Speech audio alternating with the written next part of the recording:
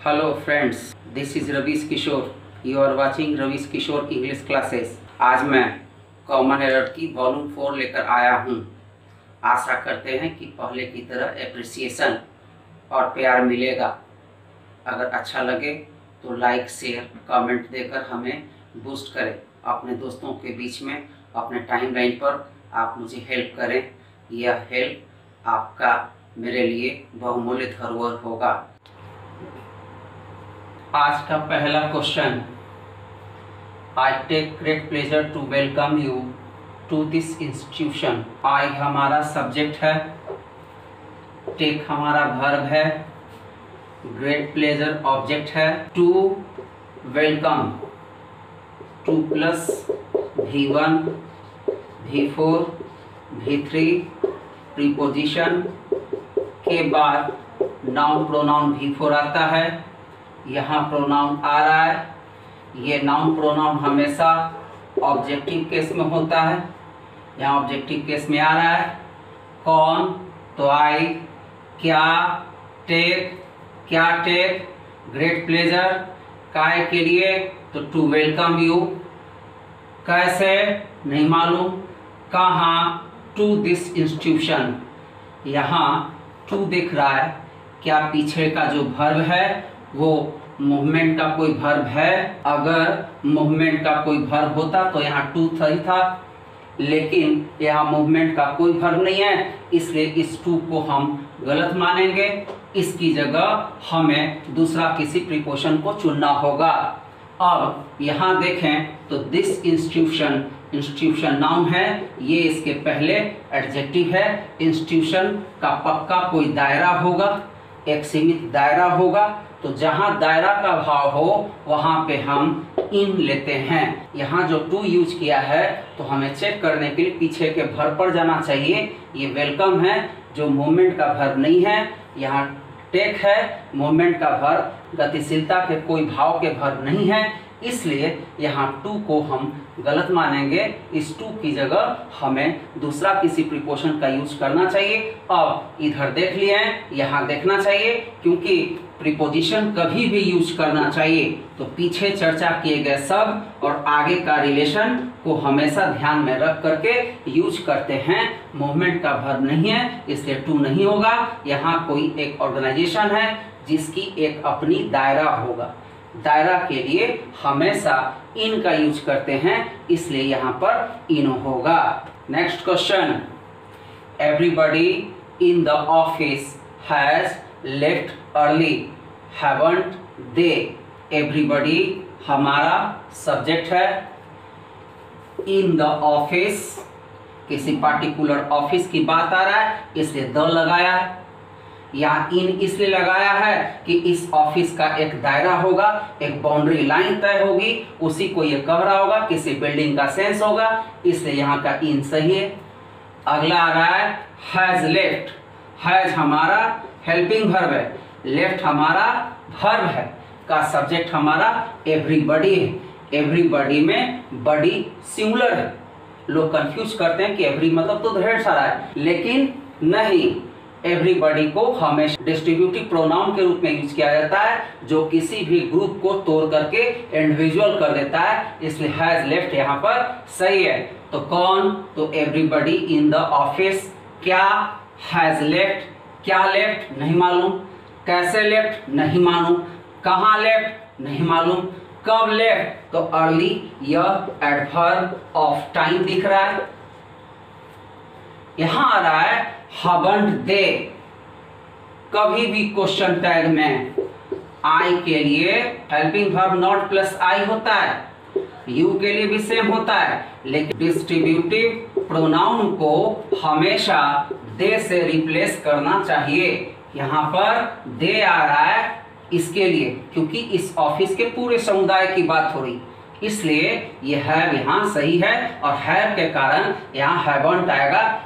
बच्चे यहाँ कंफ्यूज करते हैं कि यहाँ पर ही होना चाहिए, नहीं, यहाँ पर डिस्ट्रीब्यूट कर रहा है, पूरे समूह की बात कर रहा है, इसलिए यहाँ पर यह सही है। इसलिए इस क्वेश्चन का आंसर हमारा नो करेक्शन रिक्वायर्ड यानी नो एरर होगा। अगला सेंटेंस करेक्शन का वीडियो आएगा। सेंटेंस करेक्शन की वीडियो के लिए आप तैयार रहिए। वो भी एक बैंक के लिए, एसएससी के लिए अच्छा क्वेश्चंस बनता है, क्योंकि दोनों का क्वेश्चन लगभग सिमिलर होता है। देखेंगे उसमें क्या कंडीशंस है, कैसे हम तोड़ते हैं, थोड़ा सा डिफरेंसेस है, उसकी चर्चा करेंगे।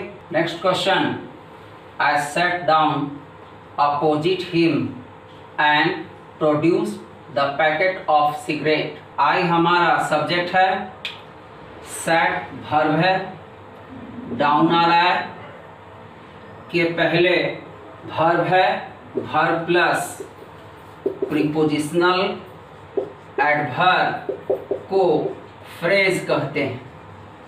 कैसे पहचाने? तो जब किसी प्रीपोजिशन के बाद नाउन, प्रोनाउन या भी4 दिखे तो उसे प्रीपोजिशन मानना चाहिए। अगर किसी भी प्रीपोजिशन के बाद ये नहीं दिखे और नाउन, प्रोनाउन, भी4 नहीं दिखे और इस प्रीपोजिशन के पहले वर्ब दिखे, तब हम ऐसे शब्द को फ्रेजल वर्ब कहते हैं। ध्यान रहे कि यह डाउन हमारा एडवर्ब होगा, क्योंकि रखा गया अगला शब्द नाउन, प्रोनाउन या भी4 नहीं है, इसलिए हम इसे फ्रेज मानेंगे। कौन? तो आई। क्या? Set down. बैठ गया। कहां बैठ गया? तो अपोजिट हिम। अपोजिट हिम की अपोजिट टू हिम। अपोजिट तो वर्ब का भी फॉर्म होता है और अपोजिट प्रीपोजिशन भी होता है। यहां पर प्लेस का सेंस दे रहा है कि बैठा हूं, कहां बैठा हूं? तो के सामने। अपोजिट का मतलब होता है सामने, के सामने चाहिए, इसलिए यहां पर अपोजिट टू हिम होना चाहिए। बात करें अगला, एंड कंजक्शन है। यहां पर वर्ब दिख रहा है, पढ़े हैं कि conjunction same parts of speech को जोड़ता है। यहां पर वर्ब है, यहां भी वर्ब है, यहां भी वर्ब है, का सब्जेक्ट आई है तो का सब्जेक्ट भी आई है। Conjunction same parts of speech को जोड़ता है, कॉमन को पहले या बाद में छोड़ देता है। यहाँ का शब्द है वर्ब, यहाँ भी वर्ब पे चले गए, जो पहले है वो दोनों के लिए कॉमन हो गए।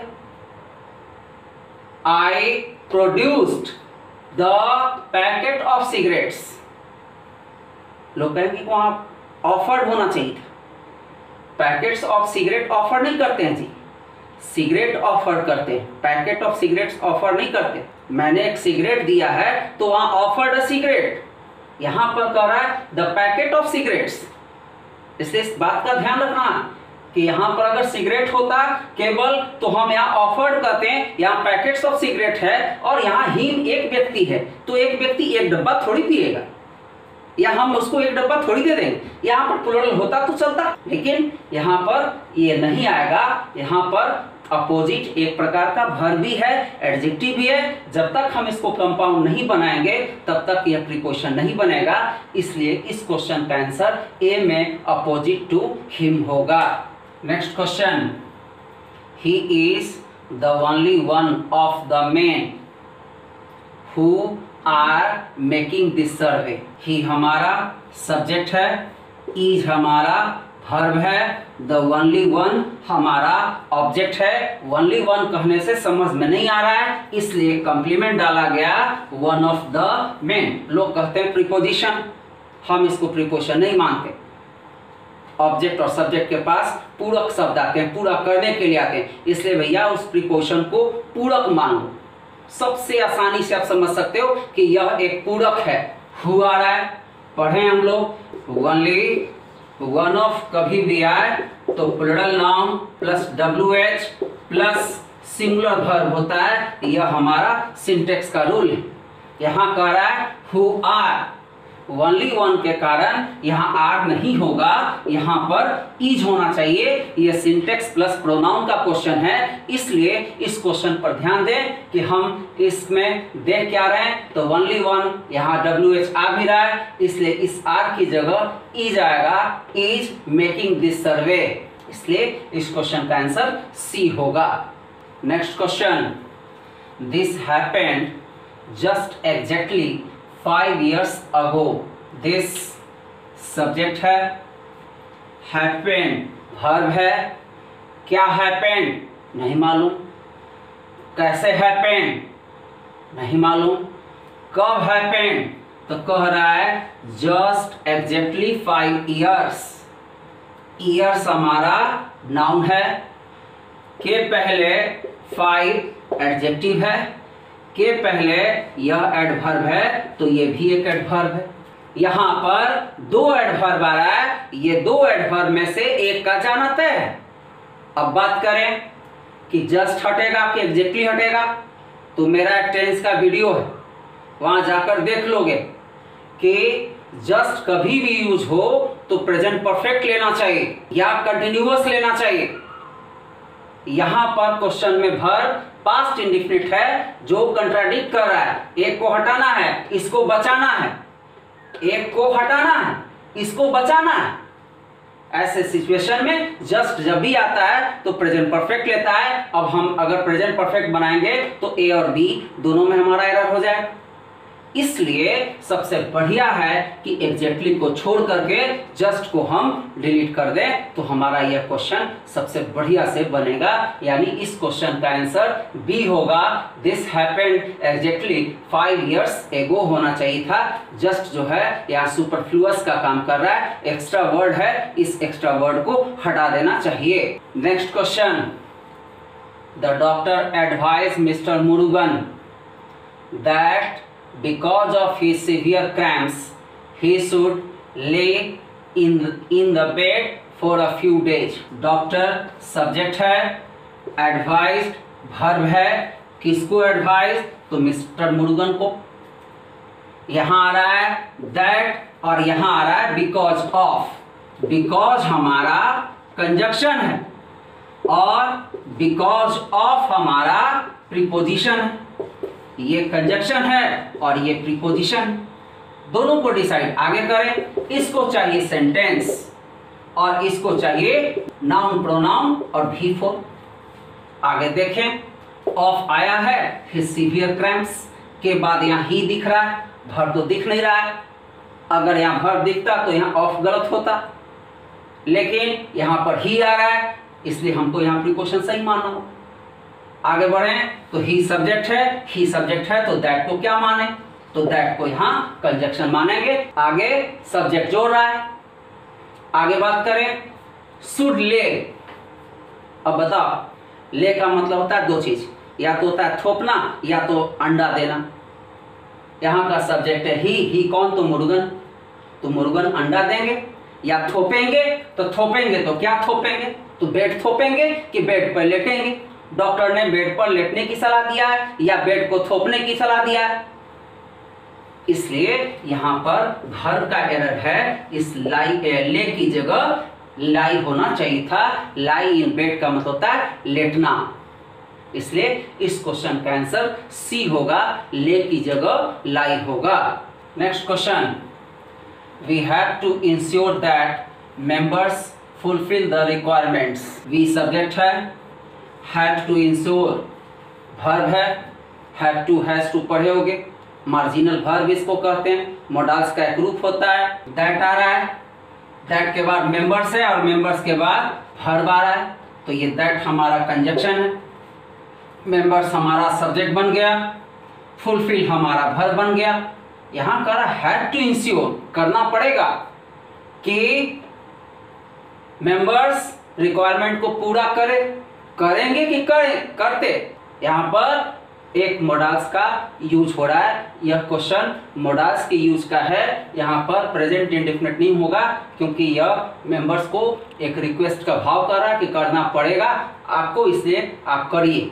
विल, कैन, शुड को हम यहाँ डाल सकते हैं। इन तीनों में से किसी एक का करेक्शन होगा, जैसे फुलफिल के पहले ये 3 में से किसी एक का यूज होना चाहिए, इसलिए इस क्वेश्चन का आंसर सी होगा। Next question, on the time of the opening ceremony of the theatre a large crowd had assembled. On हमारा प्रीपोजिशन है, द टाइम नाउन के फॉर्मेट में है, ऑफ द ओपनिंग सेरेमनी, किसकी ओपनिंग सेरेमनी, द थिएटर की।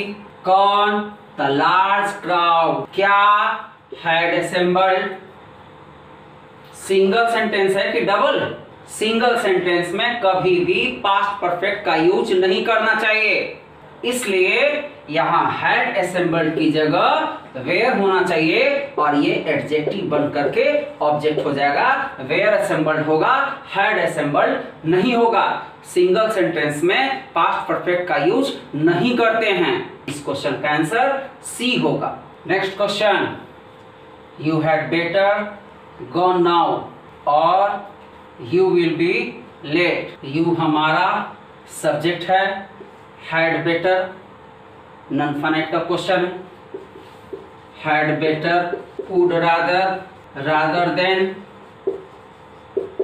जैसे शब्द के साथ हमेशा भी वन आता है। यहां पर गॉन दिख रहा है, गलत है, क्योंकि यह नॉन फाइनाइट का क्वेश्चन है। इन सब शब्दों के साथ बेयर इंफिनिटिव आता है, भी वन आता है, इसलिए इस गॉन की जगह गो होना चाहिए।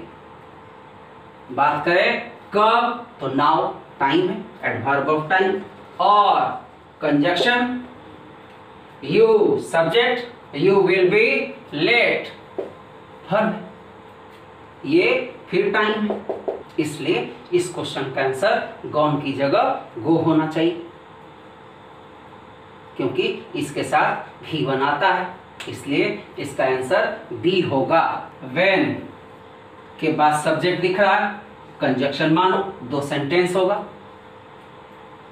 आई, क्या आई, तो इंटर्ड, कहाँ इंटर्ड, तो बेडरूम। इंटर के साथ प्रीपोजिशन नहीं आता है, इंटर कभी भी प्रीपोजिशन नहीं लेता है, डायरेक्ट नाउन लेता है प्लेस का। इंटर के साथ अगर हम इनटू डाल दें तो इसका मतलब होता है चेंज, इंटर इन नहीं होता है, क्योंकि इन का मतलब ही होता है में। कौन, तो आई। क्या, सॉ, क्या सॉ, स्नैप। कैसा स्नैप, क्रॉलिंग। फिर ये नॉन फाइनाइट का क्वेश्चन है कि शॉ, फाउंड, शीम में अगर दिखने का भाव, सिम में दिखने का भाव, तब इसके बाद हमेशा V4 लेना चाहिए। ये एक प्रकार का पार्टिसिपल होता है, यहां पर प्रेजेंट पार्टिसिपल होता है, ये V4 को हम प्रेजेंट पार्टिसिपल कहते हैं। यहां पर बेसिकली क्वेश्चन में टू डाल देता है, जो गड़बड़ है, क्रॉलिंग है, इसलिए यह सही है। क्रॉलिंग, कहां क्रॉलिंग, ऑन द ग्राउंड, इसलिए यहां तो प्लेस का कोई दिक्कत नहीं। यहां पर क्रॉलिंग को भी हम V4 इसके कारण ले रहे हैं कि 100 आया है पीछे, 100 नहीं आता तो इसमें एरर था, आ चुका है, दिख भी रहा है कि इस ग्राउंड पर मैंने शाम को क्रॉल करते पैंट पहने हुए हाथी देखा। The wearing pant, I saw an elephant, I saw a snake crawling, मैंने सांप को क्रॉल करते पेट के बल लुढ़कते हुए देखा, जाते हुए। क्रॉल, सांप पेट के बल चलता है, इसको क्रॉल करते हैं, वाक गो नहीं करते, इसलिए इस क्वेश्चन का आंसर नो एरर होगा। आशा करते हैं कि यह भी वीडियो आपको पसंद आया होगा। अगर पसंद आए तो लाइक, शेयर, सब्सक्राइब और लोगों के बीच में चर्चा कीजिए। आपकी कमेंट्स हम अपने यूट्यूब पर इंतजार कर रहे हैं। आपकी कमेंट्स मेरे लिए एक एनर्जी का काम करेगा। Thanks for watching, bye bye, God bless you.